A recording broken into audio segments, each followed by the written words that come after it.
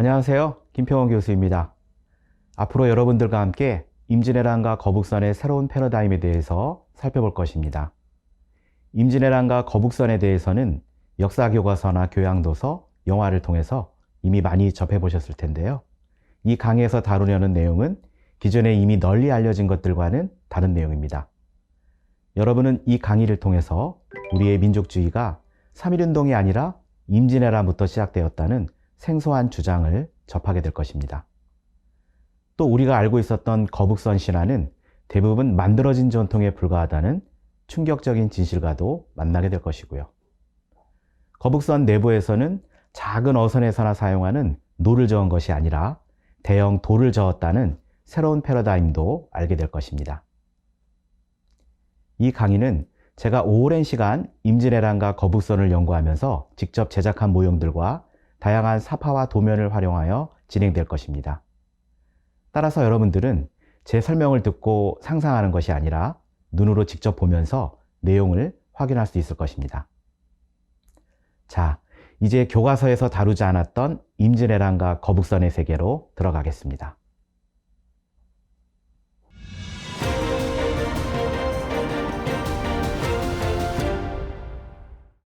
민족과 민족주의는 흔히 쓰는 단어이지만 그 개념을 명확하게 정의하기 쉽지 않습니다. 우리나라의 경우 민족은 곧 국가와 동일한 개념으로 민족주의는 애국심 정도로 알고 있는 경우가 대부분입니다.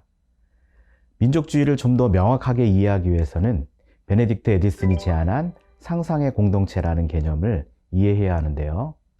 상상의 공동체란 쉽게 말해 공동체는 머릿속으로 상상하는 개념이라는 뜻입니다. 앤더슨은 언어, 역사, 문화, 관습과 같은 민족의 객관적인 요소보다는 주관적이고 정서적인 측면을 중요하게 보았는데요. 운명을 함께 한다고 믿는 사람들이 머릿속으로 상상하는 공동체가 바로 민족주의입니다. 얼굴을 마주보고 접촉할 수 있는 생활 공동체와는 달리 규모가 큰 공동체는 구성원의 머릿속에서 상상하는 개념에 불과합니다. 생활 공동체는 보통 덤바의 숫자로 알려진 150명 정도의 규모인데요. 이보다 더 큰 규모의 집단은 결속력이 약해 안정적인 사회적 관계를 유지하기 어렵습니다. 이 때문에 군대에서도 가족처럼 함께 생활하는 단위는 150명 내외의 중대이며 중대장인 대위가 지휘하게 됩니다. 병사들은 늘 함께 생활하는 중대 단위를 운명 공동체로 인식하고 있으며 독자적인 작전 수행이 가능한 10,000명 수준의 사단은 머릿속에서 상상하는 막연히 큰 단위에 불과합니다. 다시 말해 한자리에 모인 적이 없는 사단 규모 이상은 상상의 공동체인 것입니다. 동질감과 자긍심을 고취하기 위해 군복에 부착하는 부대 마크는 생활 공동체인 중대를 상징하는 것이 아닙니다. 부대 마크는 10,000명 수준 사단 이상을 상징하는 마크인데요.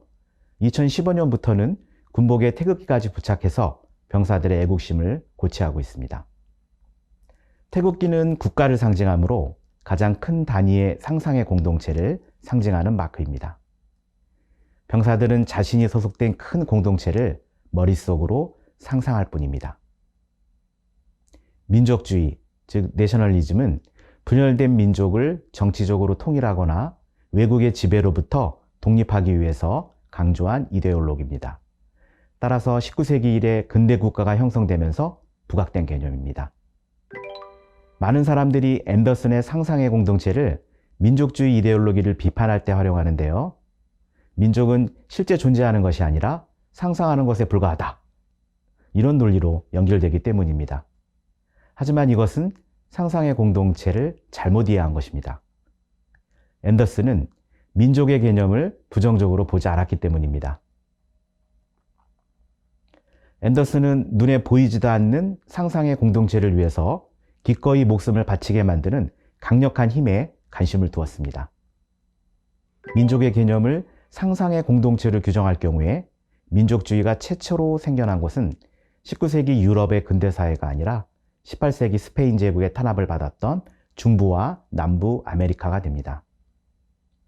원래 스페인 제국이 식민지 통치를 위해 설정했던 행정구역에 불과했던 단위들이 시간이 흐르면서 국가로 성장했기 때문입니다.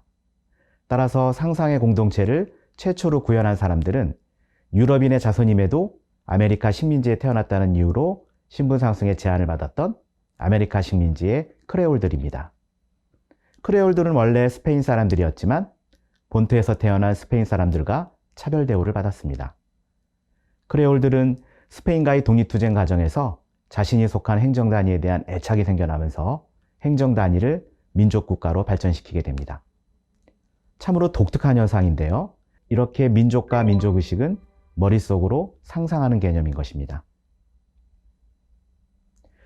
이처럼 민족과 같이 엄청난 규모의 큰 공동체는 실제로 존재한다기보다는 머릿속으로 상상하는 공동체임을 알 수 있습니다. 그렇다면 상상의 공동체는 어떻게 유지될 수 있을까요? 사람들의 머릿속에 존재하는 상상의 공동체가 유지되기 위해서는 운명을 함께한다고 믿는 생각이 계속되어야 합니다. 이를 위해서는 운명 공동체임을 느낄 수 있는 의례나 영웅 또는 상징물들을 계속 재생산해야 되는데요. 다시 말해 전통이 만들어져야 하는 것입니다. 이 때문에 전통은 오래전부터 있었던 것을 개성한다는 것이라기보다는 새롭게 창조한 것이 대부분입니다. 전통을 창조하는 행위는 18세기 후반에서 19세기 국민국가 형성기까지 서구에서 집중적으로 이루어졌습니다. 영국의 사학자 에릭 호스본과 인종관계학자인 테렌스 레인저는 만들어진 전통이라는 개념으로 전통이 창조되는 현상을 다양한 사례를 들어서 설명하였는데요. 몇 가지 사례를 소개하겠습니다. 영국 왕실의 화려한 의례는 수백 년간 내려온 위대한 전통처럼 보입니다. 하지만 충격적이게도 19세기 후반에 급조된 것들입니다. 각종 국경일과 국가, 국기와 같은 의례와 상징물들 역시 오래전 전통이 계승된 것이 아니라 비교적 최근에 상상의 공동체를 유지하기 위해서 창조된 것들입니다. 유럽의 대도시를 장식하고 있는 각종 동상, 건축물들 역시 공공기념물을 대량으로 생산하기 시작한 19세기 이후에 만들어진 전통입니다.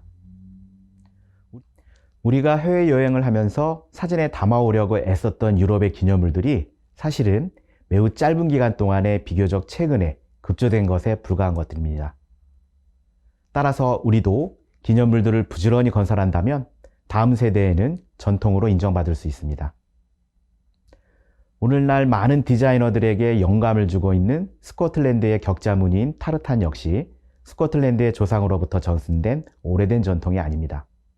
타르탄은 스코틀랜드의 다양한 시족을 상징하려는 목적으로 비교적 최근인 18세기와 19세기에 걸쳐 디자인된 것들입니다. 영국의 명품 브랜드인 버버리의 체크 문양, 즉 노바 체크는 스코틀랜드의 전통을 계승한 고유한 무늬로 알고 있는 사람들이 많은데요. 아닙니다. 영국의 명품 브랜드 버버리는 1856년 토마스 버버리라는 사람이 만들어낸 것입니다. 원래 노바 체크는 버버리가 만든 레인코트의 안감에 사용한 무늬에 불과했습니다. 하지만 오늘날 노바 체크는 버버리를 상징하는 시그니처가 되었고 버버리는 영국을 대표하는 명품 브랜드로 성장하였습니다. 전통은 상상의 공동체를 유지하려는 현재의 필요에 의해서 만들어낸 과거의 이미지에 불과합니다. 따라서 상상의 공동체와 만들어진 전통의 개념은 운명적으로 서로 연결될 수밖에 없습니다. 국민이나 민족을 하나로 묶기 위해서는 계속해서 새로운 전통이 만들어져야 하기 때문입니다. 이처럼 상상의 공동체를 구축하기 위해서뿐만 아니라 이미 형성된 상상의 공동체를 지속시키기 위해서는 전통을 끊임없이 창조해야 합니다.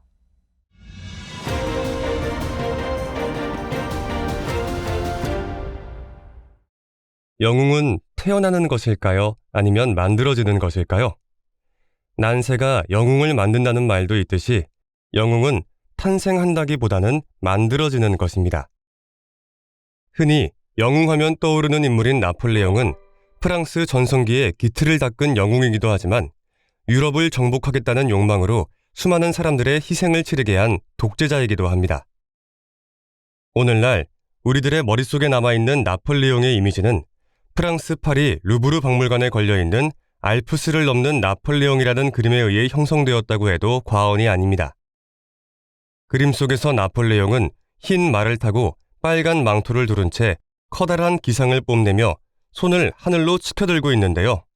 이 유명한 그림을 그린 화가는 프랑스 고전주의 화가 자크 루이 다비드입니다. 우리에게는 명화 소크라테스의 죽음을 그린 화가로 알려져 있습니다. 프랑스를 상징하는 국기를 고안한 화가로 널리 알려진 다비드는 1801년부터 알프스를 넘는 나폴레옹 그림들을 여러 장 그렸는데요. 이 그림들은 나폴레옹이 알프스를 넘는 실제 장면을 보고 그린 것이 아니라 상상하여 그린 것입니다. 다비드는 나폴레옹 황제의 옷을 빌려와 사다리에 걸어놓고 나폴레옹이 원하는 거친 말을 다루는 온화한 모습으로 그렸습니다. 다비드는 나폴레옹 황제의 궁정 화가였기 때문에 나폴레옹의 업적을 미화하는 그림을 그릴 수밖에 없었는데요. 나폴레옹을 그린 그림들은 정치적인 선전도구로 이용되었습니다. 다비드의 그림 속에서 나폴레옹은 아름다운 백마를 타고 알프스를 넘으며 병사들을 지휘하는 늠름한 모습으로 묘사되었습니다. 하지만 실제 나폴레옹은 백마를 타고 알프스를 넘은 것이 아니라 볼품없는 노새를 타고 길 안내자의 도움을 받아 간신히 알프스를 넘었다고 합니다. 나폴레옹이 사망한 후 1850년에 그려진 폴 드라로슈의 그림을 통해 우리는 실제 나폴레옹이 알프스를 넘었던 초라한 장면과 만날 수 있습니다. 드라로슈는 나폴레옹을 폄하하기 위해 그림을 그린 것이 아니라 있는 그대로의 장면을 재현한 것입니다. 이처럼 동일한 역사적 사건을 묘사했음에도 루이 다비드와 폴 드라로슈의 그림에 담긴 영웅의 이미지는 큰 차이가 있습니다. 알프스를 넘는 나폴레옹을 묘사한 그림을 통해 사람들에게 각인되는 영웅의 이미지는 결국 만들어진 것에 불과함을 알 수 있습니다. 다시 말해 영웅의 이미지도 각종 기념물들과 마찬가지로 만들어진 전통인 것입니다. 우리도 마찬가지입니다. 오늘날 국민 대부분이 숭상하고 있는 이순신 장군의 이미지는 일제감정기 역사소설로부터 시작하여 1950년대 자유당 정권의 충무공 동상을 거쳐 1968년에 건립된 광화문 세종로의 충무공 동상을 통해 구체적으로 구현되기 시작하였습니다. 단순한 동상에 불과할 수 있지만 광화문 충무공 동상은 일제감정기를 통해 형성된 반일 가치관을 기반으로 애국심이라는 가치를 형상화한 기념물로서 결국 만들어진 전통에 해당합니다. 당시 박정희 대통령은 군사 정권의 정치적 정당성을 확보하기 위해 난세의 영웅 이순신 장군을 군인 정신과 애국심의 표상으로 삼았습니다. 박정희 대통령의 문화 자문을 맡았던 시조시인 이은상의 영향을 받은 것입니다. 이은상은 이 충무공 전설을 한글본으로 번역할 정도로 이순신을 존경하였으며 각종 충무공 기념 사업에 관여하였습니다. 특히 광화문 이순신 장군 동상은 오늘날까지 국가의 수호신 역할을 하면서 세종로를 상징하는 기념물이 되었습니다. 이순신 장군의 시점으로 임진왜란을 묘사한 소설 칼의 노래의 원래 제목이 광화문 그 산해일 정도입니다. 칼의 노래의 작가 김우는 원래 광화문에 있는 이순신 장군 동상을 소설 제목으로 삼았으나 출판사에서 작가 몰래 제목을 칼의 노래로 변경했다고 합니다. 일제감정기, 일본은 서울의 도심축을 용선과 일직선이 되도록 태평로를 확장하여 변형시켰고 박정희 대통령은 이를 바로잡아 옛길을 복원하려고 하였습니다. 하지만 막대한 비용 문제 때문에 일본이 가장 무서워할 충무공 이순신 장군의 동상을 광화문 세종로에 세우는 것으로 대신하였습니다.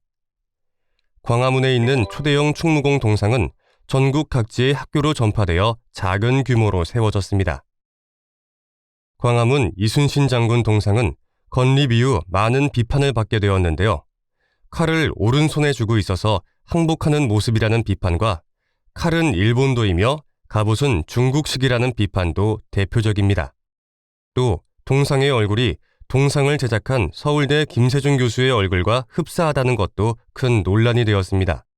이러한 비판들을 반영하여 1994년 정부는 세종로에는 세종대왕상을 세우고 충무공 동상은 충무로로 옮기려고 하였으나 시민들의 반대로 무산되었습니다. 사람들의 마음속에 광화문 이순신 장군 동상이 충무공을 상징하는 이미지로 자리 잡은 것입니다. 이처럼 기념탑, 동상과 같은 기념물들은 비교적 최근에 국가에 의해 만들어진 전통입니다.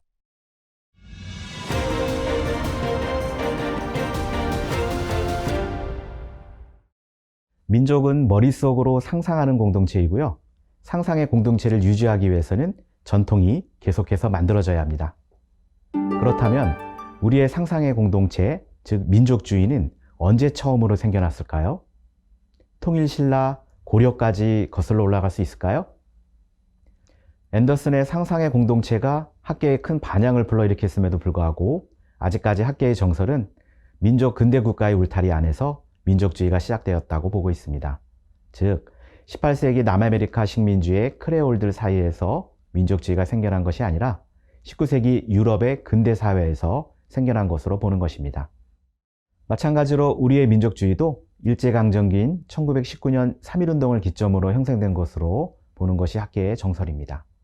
1919년 이전인 신분제 사회에서는 양반, 중인, 상민, 천민으로 신분이 명확하게 구분되었기 때문에 동질적 민족의식으로 규정하기 어렵기 때문입니다. 통일신라, 고려, 조선 후기까지는 민족주의라는 실체가 없었습니다. 비록 통일된 국가를 형성했지만 신분을 초월한 공동체 의식을 공유하지 못했기 때문입니다. 일본 제국주의의 지배에 맞선 3.1운동은 신분을 초월하여 단일한 공동체 의식을 경험하게 했다는 점에서 중요한 사건이었음에는 틀림이 없습니다. 그렇다면 3.1운동 이전에는 신분을 초월한 공동체 의식이 싹튼 적이 전혀 없었을까요? 그렇지 않습니다.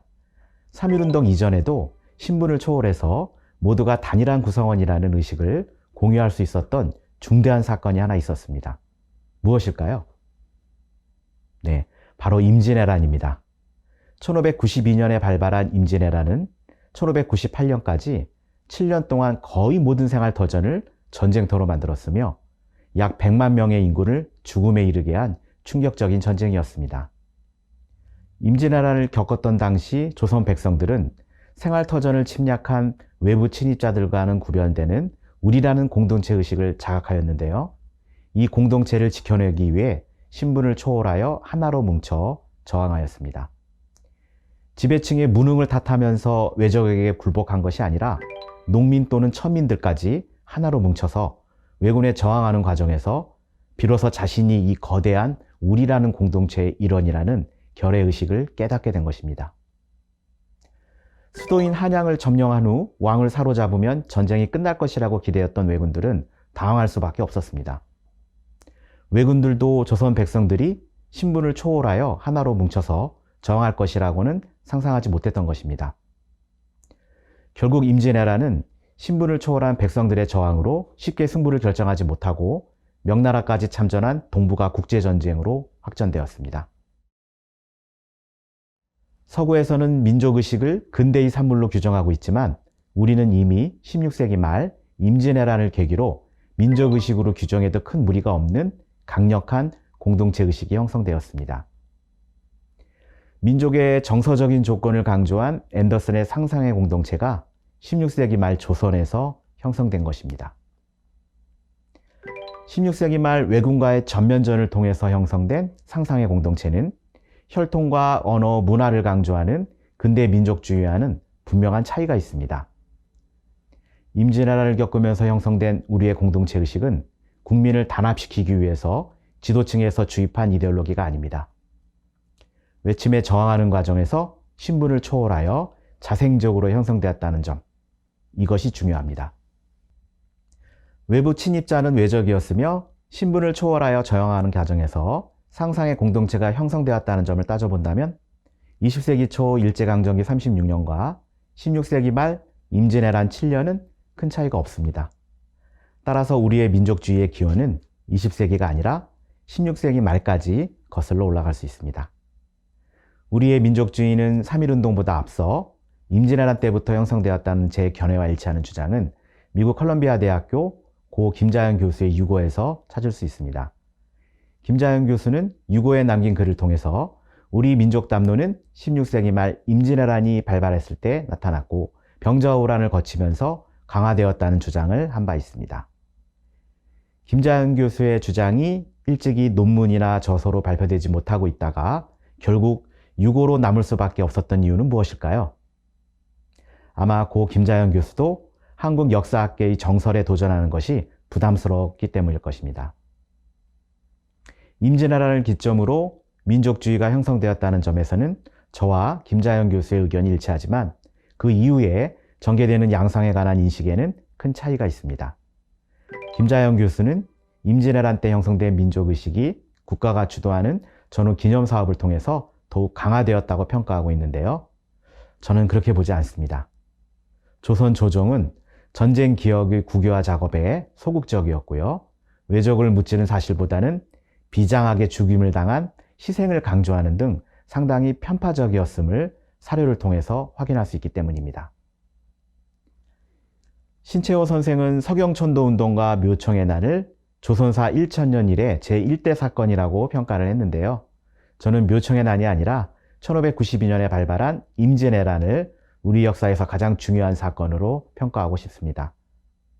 외세의 침입에 맞서 저항하는 과정에서 신분을 초월한 결의의식, 즉 머릿속으로 상상하는 공동체가 자생적으로 탄생하였기 때문입니다.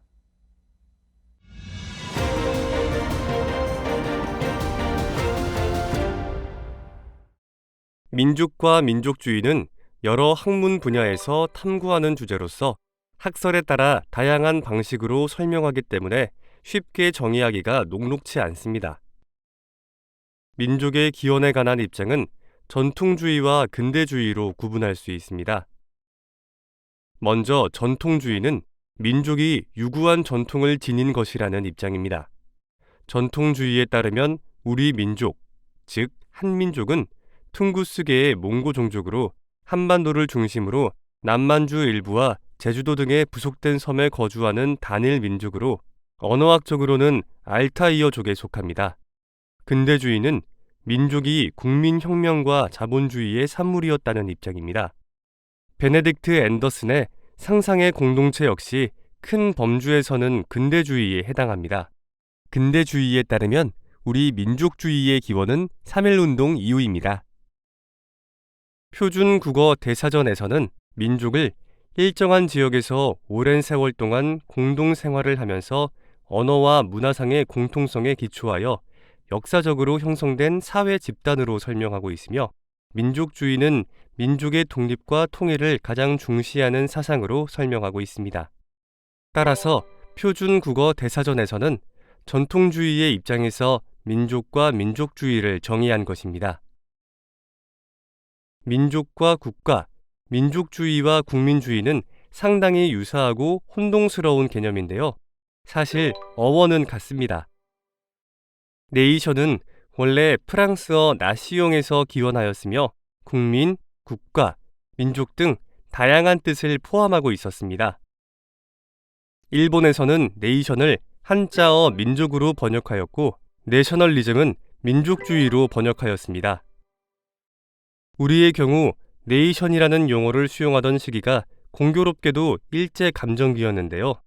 이 때문에 국민, 국가 대신 민족을 번역어로 사용할 수밖에 없었습니다. 마찬가지로 내셔널리즘은 국민주의, 국가주의 대신 민족주의로 주로 번역하게 되었습니다. 식민지 시기에는 국가를 빼앗겼기 때문에 국가 또는 국민으로 번역하기에는 부적절했기 때문입니다.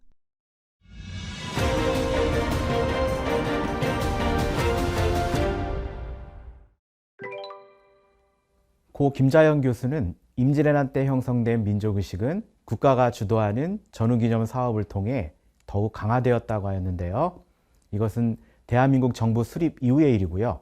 조선은 해당되지 않습니다. 100만 명이 넘는 인구가 소멸된 참혹한 임진왜란이 남긴 상처는 전후 백성들을 트라우마에 빠뜨렸습니다. 전쟁이 끝난 이듬해 조선 선조는 백미 600석을 내려서 수륙제를 지내게 했는데요. 수륙제란 물과 육지에서 헤매고 있는 외로운 영혼들에게 공양을 드리는 불교 의식입니다. 외적에 의해 억울하게 죽어간 이들의 극락왕생을 기원하는 것입니다. 이처럼 임진왜란 직후 조선 조정의 전후 치유 정책은 원혼을 달래는 수준이었습니다. 조선 조정은 신분을 초월하여 외적에 맞선 이야기나 통쾌하게 외적을 무찌른 이야기와 같은 상상의 공동체와 결의의식을 적극적으로 강조하지 않았습니다. 왜 그랬을까요? 이유는 간단합니다. 외적의 침입 전에는 당파 싸움에 빠져서 전쟁을 대비하지 못했고요. 외란 초기 왕실은 도망치기에 바빴기 때문입니다. 이순신 장군을 영웅으로 추대할수록 또 의병의 항쟁을 강조할수록 왕실의 권위는 바닥으로 떨어지게 됩니다. 따라서 외적을 무찌른 이야기보다는 외적에 맞서다가 비장하게 죽은 영웅의 최후를 강조해야 합니다.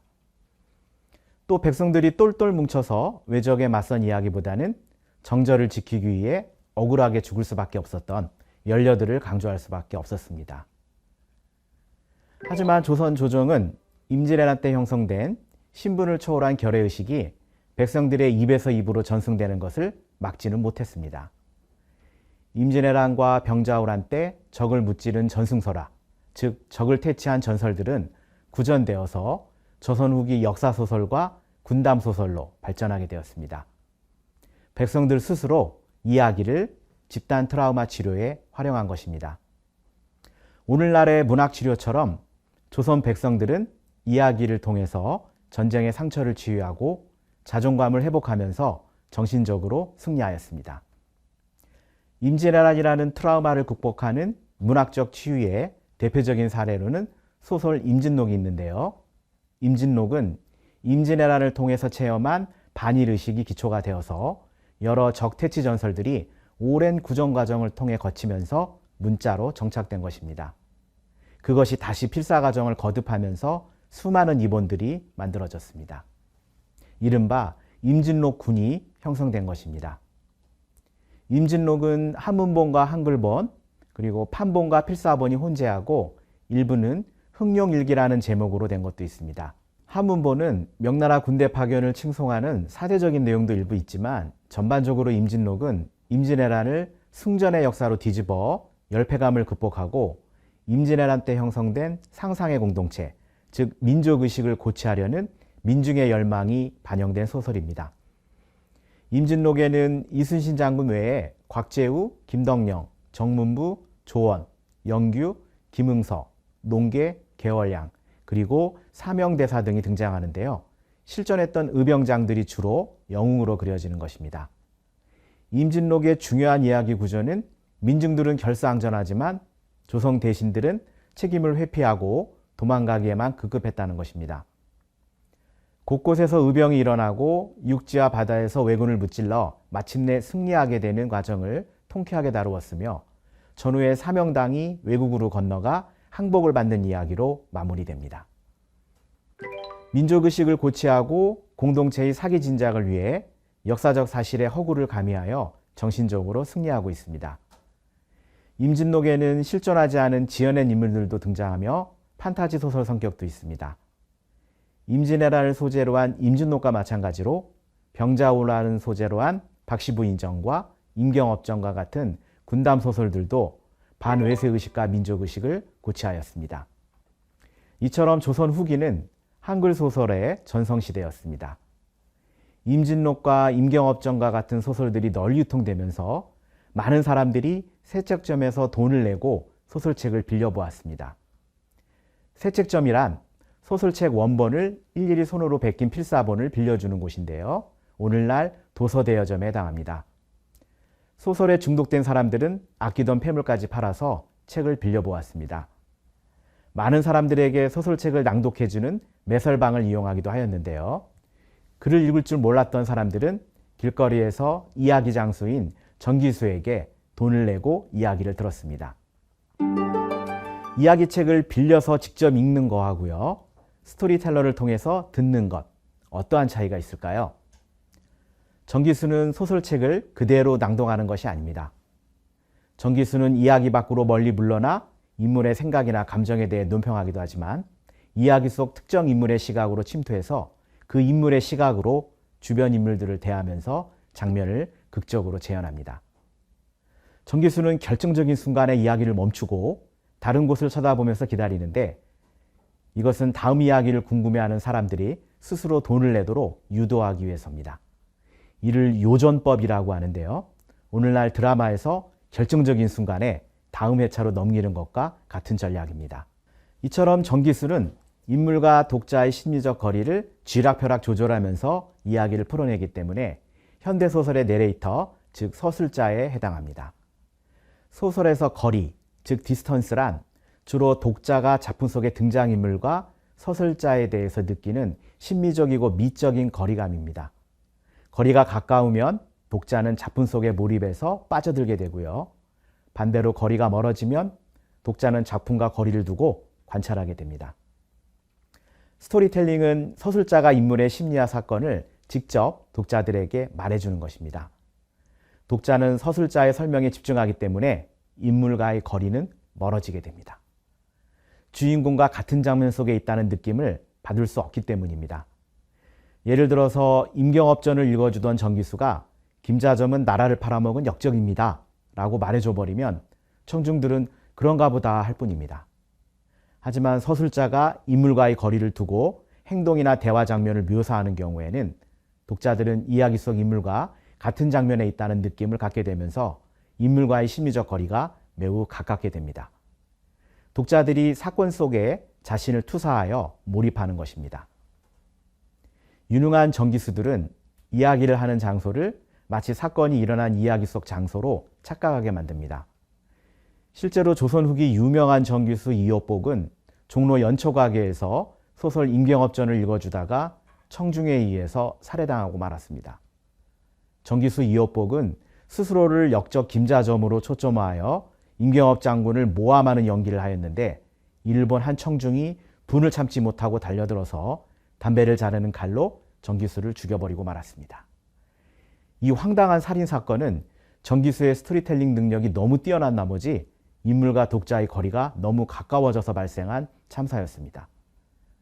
18세기 정조대왕 때 발생한 이 정기수 살인사건은 스토리텔러를 죽일 정도로 운명을 함께한다고 믿는 결의의식이 조선 후기 백성들의 마음속에 일상으로 자리 잡은 것으로 볼 수 있겠습니다.